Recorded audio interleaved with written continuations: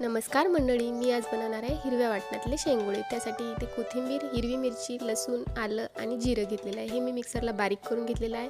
मी दोघांसाठी बनवणार असल्यामुळे 1 वाटी मी गव्हाचं पीठ, अर्धी वाटी मी ज्वारीचं पीठ, अर्धी वाटी मी इथे बेसन घेतलेलं आहे आणि ह्यामध्ये थोडासा ओवा घातलेला आहे, हिरवं वाटण घातलेलं आहे 1 चम्मच, 1 चम्मच ह्यामध्ये मीठ, 1 चम्मच धनिया पावडर आणि अर्धा चम्मच इथे हळद घातलेली आहे।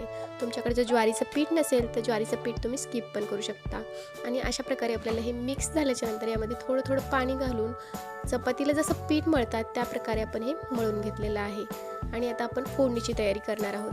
इकडे मी कढईमध्ये अगदी थोडंसं तेल घालून हिरवं वाटण आपण जे तयार केलं होतं ते यामध्ये घालणार आहोत आणि याला थोडंसं फ्राय झाल्याच्या नंतर ह्यामध्ये हळद, अर्धा चम्मच हळद, 1 चम्मच धनिया पावडर आणि अर्धा चम्मच किचन किंग मसाला घालणार आहोत। आणि आमच्या इकडे ह्याला शेंगोळे म्हणतात, तुमच्या इकडे काय म्हणतात ते कमेंटमध्ये नक्की सांगा।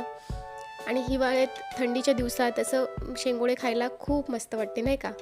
तुमच्या इकडे बनवतात का ते नक्की कमेंटमध्ये सांगा। आणि आता ह्यामध्ये 2.5 ग्लास आपण पाणी घालणार आहोत।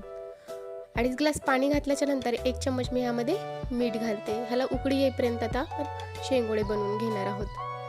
आणि व्हिडिओ आवडत असेल तर लाईक करायला विसरू नका, चॅनलला सबस्क्राईब करा।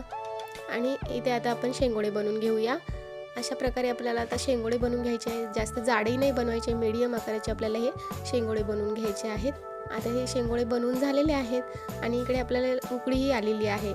आता हे शेंगोळे आपण ह्यामध्ये ॲड करणार आहोत आणि अशा प्रकारे आपले शेंगोळे 15 मिनिटासाठी आपल्याला मीडियम गॅसवर ठेवायचे आहेत। आणि अधूनमधून आपल्याला ह्याला थोडं फिरवूनही घ्यायचं आहे। तुम्हाला शेंगोळे आवडतात का नक्की कमेंटमध्ये सांगा। हे बघा, ह्या प्रकारे आपले शेंगोळे तयार झालेले आहेत आणि चॅनलला सबस्क्राईब करायला विसरू नका।